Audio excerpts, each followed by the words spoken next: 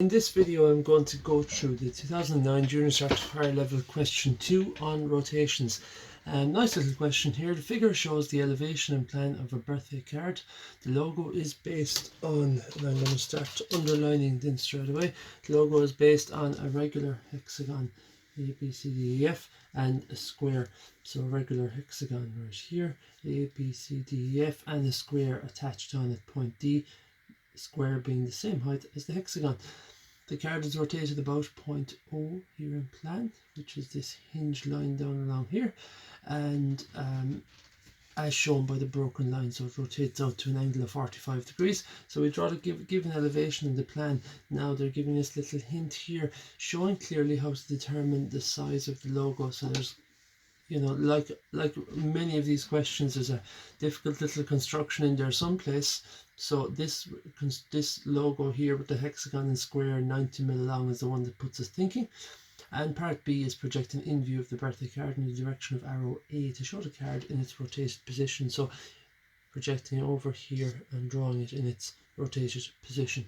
Right, to get started, I need to leave a bit of space for, obviously, for my in view as projected from the open position over here. So I'm going to keep this over to the left hand side of my sheet and fairly high up on my sheet. So what are we looking at in total here? Well, it's a radius 55, so it's 110mm wide. So that's 90 for the logo and 10 and then 10 as well. So let's get going on the left hand side of my sheet. I'll just push that there to the side for now. Here on the left hand side of my sheet, it is a total height of 155. So I'm just going to come down about 165 from the top. I'll just leave a small space here to the left of 20mm, and that's going to be my starting point, or the bottom corner of the logo right here. Total width is into center, actually I suppose is the best way to mark this. Into center is 55mm. Take up a center line and the left line. Next, I'm going to measure up and grab the center of this, which is 100mm high. And at 100mm, I can grab a T-square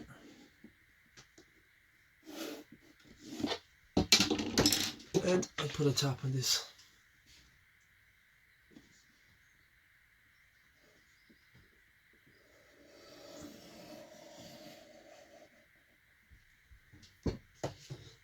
There we go.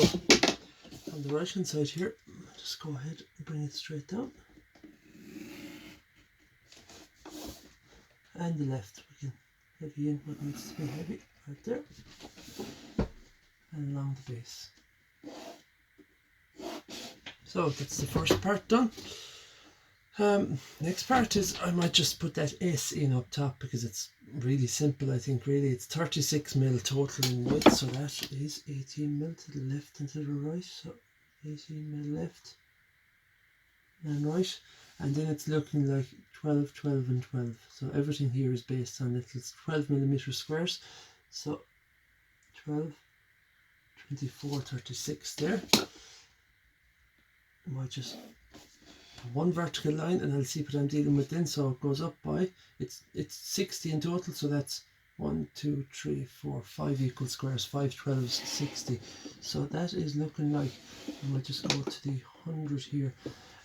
From my 100 being the center, it looks like I'm going down 12, 24, and I'm going up 12, 24, 36, which gives the total correct height. So down 12, then down 24, which brings me down to 76 here, and then I'm going to go up to 112, 24 and 36 right there. I might give this a limit, so I'm gonna just drop everything in light first, but that's my limit right there.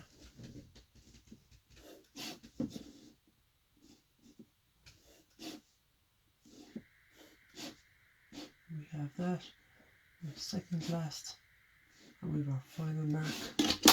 I'll draw the full grid now with these other two dividers up through. Now, very simply from here, I'm just going to go ahead and go over whatever lines I need to create the S.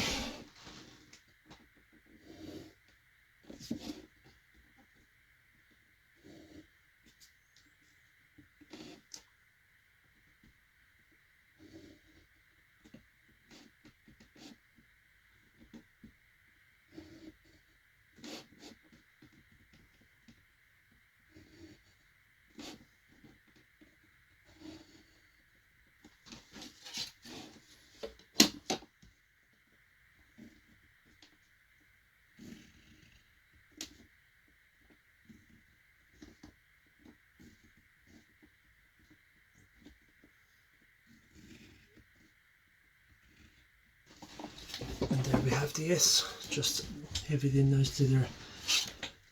And finally, let's get onto this logo up here. So we have a height of 35 given up to the centre, which is A, D, and through the centre of the square, so 35 mil.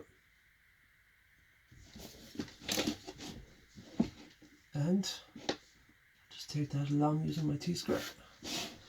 I'm going to measure in my 10 mil from the left hand side here. And that gives me point A.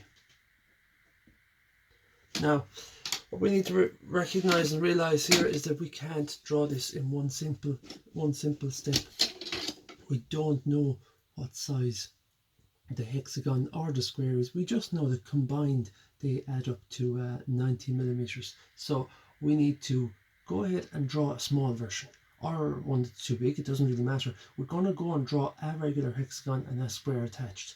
We're going to just satisfy some of the constraints. So we know we have a regular hexagon, a square attached onto it, and the square has the same dimension here as this dimension from, let's say, from B down to F or from C down to E. So we're going to satisfy that much, and then afterwards we'll make it 90.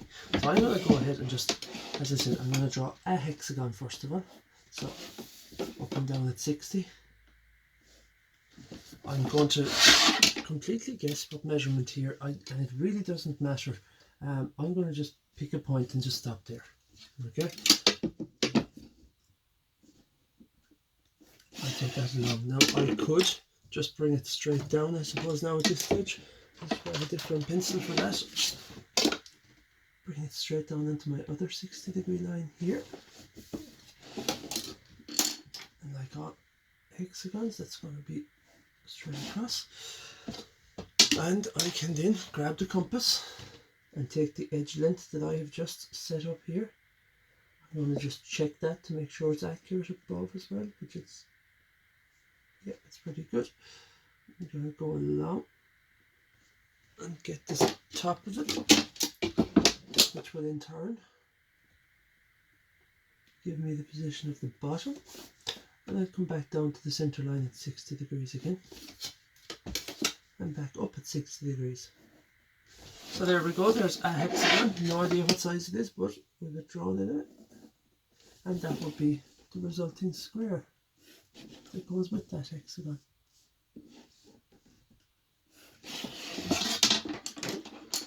Go ahead and just grab the side length of that square. And everything I'm drawing here is construction, so that's why I'm not going very heavy. I'm not going very heavy, just heavy enough hopefully that it can be seen on the video. So there's a hexagon and square, any size at all, no idea what size they are, but that is all I need to get started with this part of the question.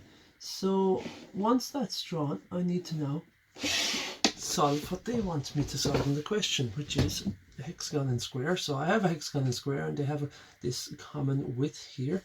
But that's no good. I need them to be 90 millimeters long. So let's start solving the next part by marking 90 millimeters long. Right there. And that is our destination, or it's our goal. We want to stretch these two objects until they reach that line right there. So that's the principle here. We're going to enlarge the two objects that I just drew. So I drew them. I've satisfied part of the problem, but not all. But now we need to go ahead and satisfy the rest of this problem. So what will I do? I need to fix one point. Sorry, now everything is falling here around me. I need to fix one point, and then I need to enlarge through. So I'm going to fix point A, and I'm going to make the rest of the object grow until it reaches the orange line, which will give me the 90 mil total length. I'm just going to, this was A, B, C, D, E, and F. And I'm going to call this number 1, number 2, number 3, and number 4. Okay? And it doesn't matter what labels you use. Fix point A, extend through point 3, and we want to go out through 3 and onto the line. So that's the correct point, number 3, on the final object, full size. Fix point A again. Sorry, no, that's after slipping a little bit. So fix point A, extend through point 2, right out until it hits the orange line. And there we have it. That's the correct 2 points. Now number 2 and number 3. So I'll just take them. 2 is for a horizontal edge there. 3 is also a point on the horizontal edge there. I'm now going to go and fix point A and expand through point 4 until I hit, and I get point 4 on the correct final object. I'll do the same here with point 1. Fix A and expand through point 1. How accurate is it? 1 and 4 should be vertical. If they were vertical on the original, they need to be vertical on this image right now. So there we go. That's the square drawn anyway. And so that's the hard one done. It's easy now. We know the angles of a hexagon and we have a total height. So the rest of this is going to be nice and easy. So there's an enlargement dropped in here, which is very common. You very often see that. And the next thing I'm going to do now is I'm going to go and do the hexagon. So I could keep working through the principle of enlargement, or I could just say that, well, point D has now arrived right here. That is point D. And originally it went up at 60 degrees from D. And it went down at 60 degrees from D. Until it was in line with the square. So that is the correct answer right there. It's horizontal along the base edge from E to F. E here and F falling on the original 60 degree line that I did only in as a construction right there, so I can heavy that in as well. Same story here at the top. We can just go horizontally along to hit our 60 and then return it back down to the beginning there. So that's it. That is the elevation finished. There's A, B, C, D, E, F, and then point 1, 2, 3, and 4 on the square. So that's my enlargement finished. Down to plan. I'm going to project on down, leave a 10mm space. It doesn't matter what space you want to leave there. And we get one thing to just take note of here. What is this again? It's a birthday card, closed position.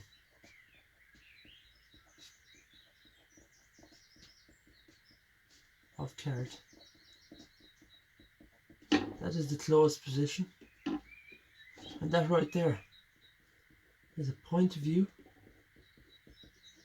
of hinge. Or hinge line, I should call it, I suppose. So it's a point view of the hinge line. So as we look down on top of this object, we're seeing the hinge line appear as one single point. I'm going to start hinging this thing open, so the compass always goes on the point view of the hinge line, in whatever view that is in. And I'm going to open up the full size of the card and just start opening it out. And then the limit, or the open position, is in this question is defined as this 45 degree line right here. So we have gone from the closed position and we have opened it right out long to here, which is the open position of card.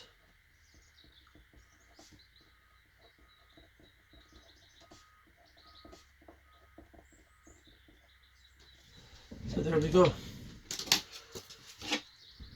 What I'm going to do now is I'm going to get started here on my end elevation. I'm going to put the sheet away now because I'm finished with that really. I know that I've kind of answered everything that's on the page now for me. I just know that the next view is going to come in the direction of this arrow looking straight in here. And so let's go ahead and project up our end elevation. Now I'm going to project the card in its closed position first. So closed position is here. Project it up, and it's obviously going to be the full height. So the card as it sits right there in elevation, and I better find the top of it as well. That's where it is, in its full height right there in elevation.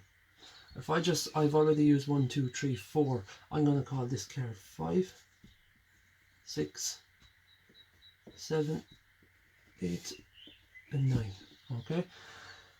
5 and 6 are on the hinge line, which means they don't move. they stay in their same position. So 5 and 6 are here. They did not move. That's where they are in the original, and they don't move. So that's still going to be 5. That's still going to be 6. Everything else will move, but not those two. So 5 and 6 stay in position, and everything else opens up. 8 and 9 in their original position. They swung out to here. Now, where does that go? It doesn't go straight up to end view now. We won't make any foolish mistakes like that. Over to the YY line. To hit the YY line. And then project up.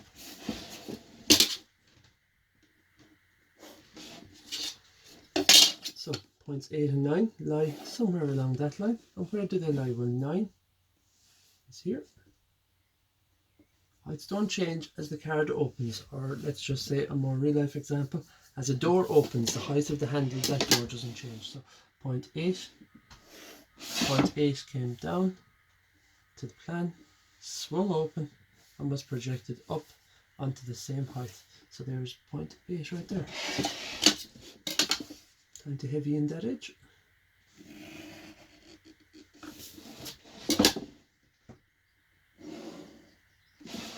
What's next? I'm going to go ahead and get point 7 up top there. So point 7 is up at the top. I'll project it across because again the height doesn't change, so it's over there someplace. I'll bring it down to point 7 is along this center line.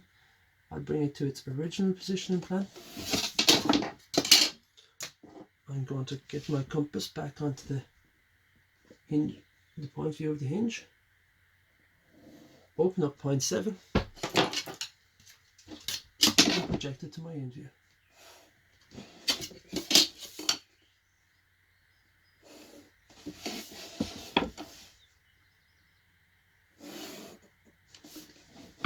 No, that might be a little bit hard to see. I'll just add in a little bit heavier line there for the projection, and that is point 7. So 6 to 7 to 8 is not going to be drawn with a compass. Here's why. It can't be. If I want a curve that hits 6 and 8, well, it's not going to hit 7 now, because we had it looking like a circle when we were looking straight in at it. Then we opened up to 45 degrees, which means that this now appears as an ellipse. And for an ellipse, we need more points. So it's time to get some more points. And to get more points, we simply break it up with our 30-60 set square based on our center point. Break it up there with 30-60. Now I'm going to just do this using that method where the green little dash on the outside might stand out for us. But I always just nice and lightly link it up on the way with the 60 degrees and 30 degree line.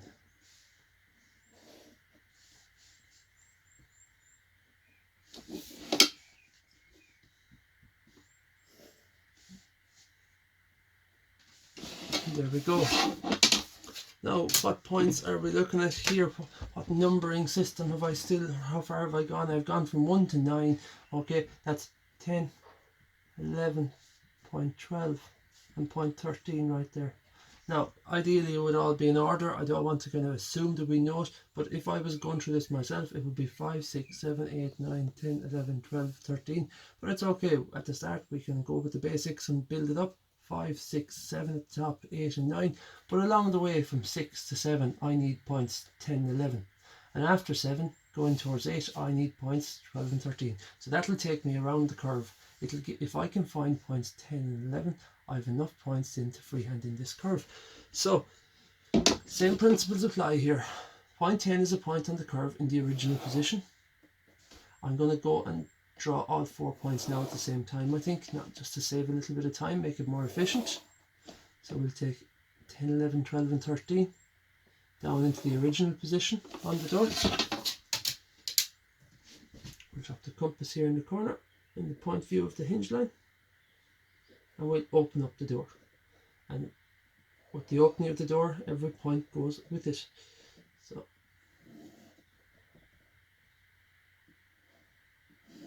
there we have 4 points opened up.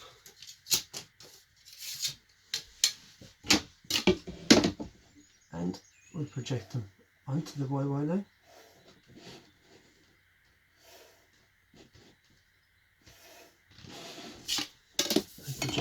up. If you are more comfortable with doing this one point at a time, then do that. I find it a little bit faster and more efficient to do it this way, but there's no point in doing it this way if you're going to make a mistake. So whatever you're comfortable with.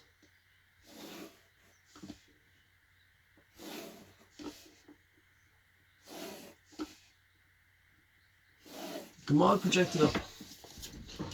Now 10 goes down, rotates, and lands on this first line. So 10 is on the first line.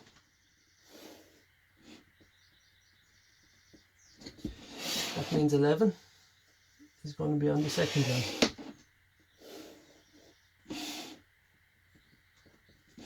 12 falls on this next line here just after 7, and of course that's going to be the same height as 11 right over to here. And if we trace 13 around, it lands on this line here.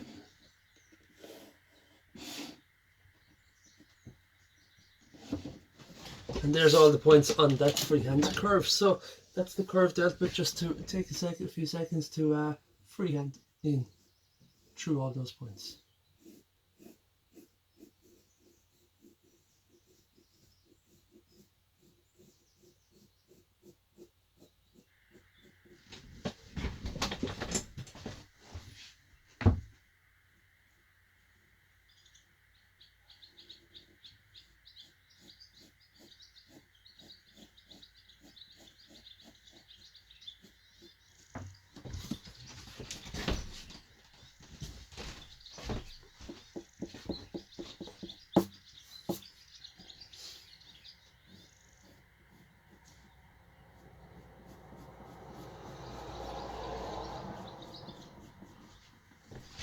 And there we have that curve. So once that's done, it's time to move on down, and we can either do the bottom logo or the S there, really doesn't matter.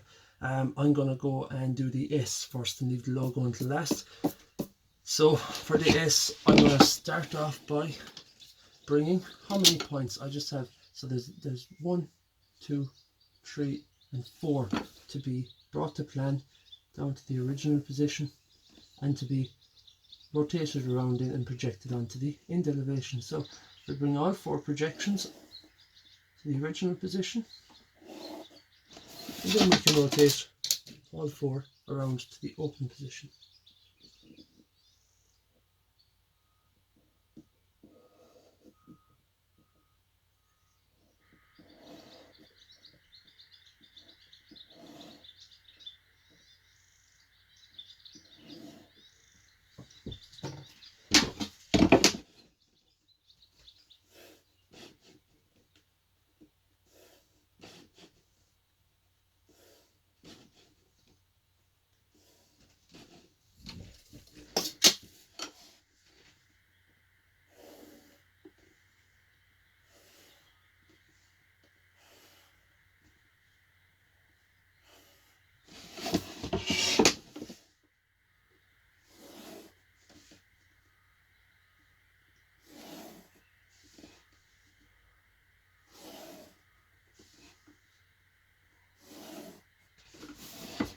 Once that's done, just one little thing along the way, actually, I always like, if you know, I've just projected 4 lines there and they're all for the same area, the same logo, let's say, and I've just brought all 4 up, 1, 2, 3 and 4 here to the same height. I do that quite often, where maybe when I'm working with these guys here now, when I project down and rotate around, I'm only going to bring them to about that height. If I bring everything all the way up the page, I've no way of kind of grouping them in my mind. In my own mind now, when I'm projecting across, I know that I have to hit this 1, 2, 3 or the 4th line. I know that's what I have to hit, so it helps. And similarly, when I'm bringing these guys around, I'll bring them all up to about this height here, and at least I know the group of lines I'm dealing with in. So it's just a small little hint along the way. The top of it goes all the way far left to far right, so it's going to be far left to far right, or instead of saying left to right, I should say close to the hinge, which is here, which is 0.6, is still close to the hinge here. So the top and the bottom of this S goes from the far left to the far right, or the close to, near to hinge to far. So I'll go ahead and draw the top and the bottom first.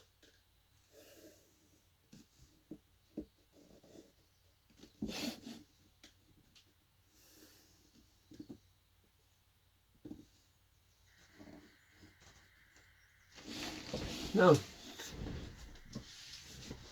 I'm going to project everything across, and then I'll start filling in what needs to be filled in. That's the center line.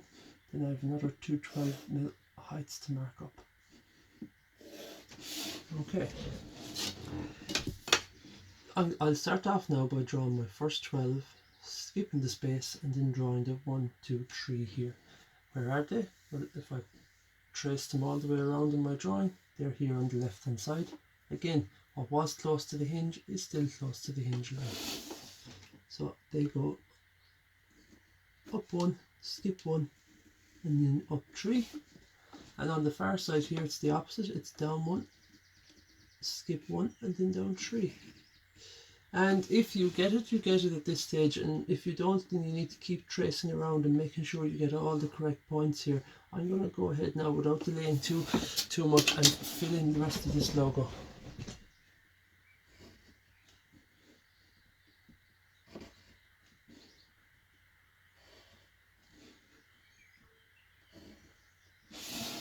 And there we go. So what does it appear? It appears it has the exact same heights as it originally had, but it has gotten much shorter. So as we know, originally it was 36mm, now it's down to like 25.5 or 26, so much shorter, because it is now in this opened position here, and we are looking at it at an angle, so that's going to foreshorten the whole door.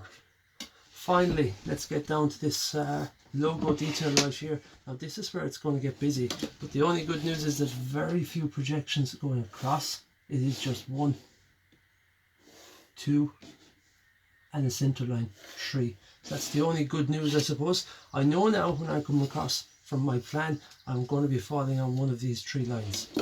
I'm going to start off with point A here, and you know what, if you're happy to do so, bring all the points. One of the common mistakes that also happens here is not dropping it into the correct position. That's why I always note my closed and open. Very hard to go wrong if you have them noted, because you'll know what lines you need to hit. We have points C and E. Then we have 1 and 4 on the square, and we have D on the hexagon, and we have this 90mm end at the end of the square right here. So not actually too many projections. It's not too bad. It is getting busy though. Now, there's the first one open. Second one is open. And you know what, for these ones now, just to signify them, I'll go a little bit further with my compass. And I just made one of the mistakes I told you not to. Points, what's that? C and E. I need to bring them all the way down, past the XY, to my original plan position.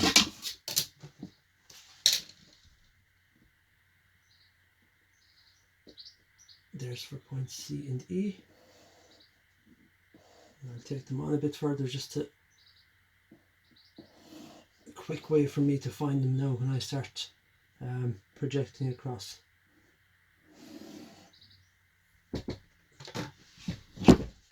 So 2 and 3 is first, there. 1 and 4 is next, there. What's this? C and E is next, here. E and F is next, here. And finally, point A. I want to project it up. Where are we now? Now this is where it gets busy. If you want, and if you have a fine liner, I'll go ahead and just dot them.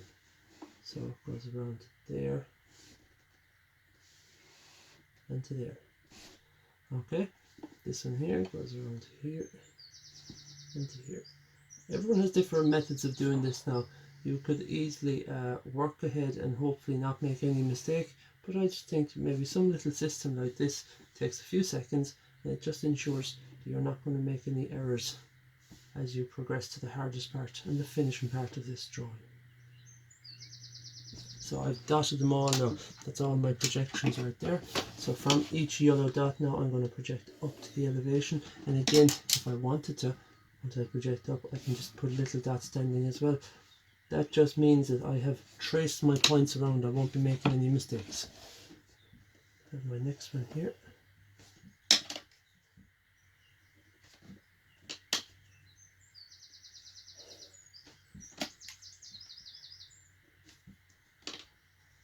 And the final one. There. Now, what do we have here? We have point A. Right there. Okay, how do I know it? A is the first one. And I'll just trace it around and it becomes point A. I have B and F are on my next projection, which gives me F and B. B here up top, F here down at the bottom, which means C and, sorry, that was B and F, yeah, C and E next, traced around.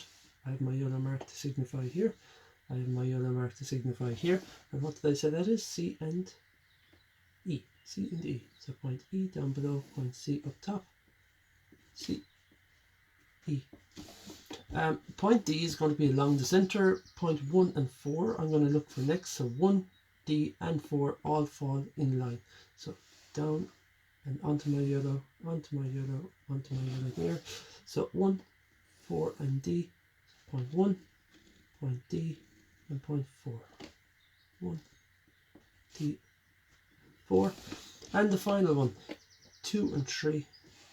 Down to my yellow, onto the yellow, and onto the yellow here.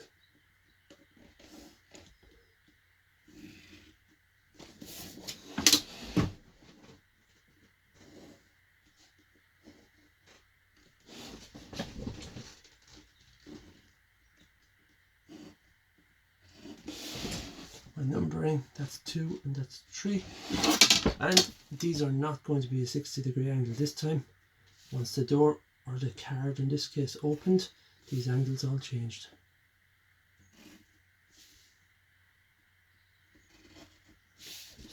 And there we go, that's that question finished. So an enlargement in there, and just some very simple logo up top with our 12mm square grid, our enlargement of our hexagon and square down below to reach a total length of 90, and our curve up top to be broken up so that we find our freehand curve, we find our logo in its new position. And it's not very complex, but there's still quite a few projections in there. Certainly enough to confuse you, maybe if you don't have some system like I just showed there. I only had 1, 2, 3, 4, 5 points on this final logo here, but the few seconds I spent dotting the colour, and just so that I notice everything in yellow is related to this logo, everything in yellow down here, it really does help me to ensure that we don't make any mistakes on the, after all the hard work is done. We don't want to make any mistakes on joining the wrong points together. So that is the 2009 Junior Cert Higher Level Question 2 on rotations. Thanks for watching.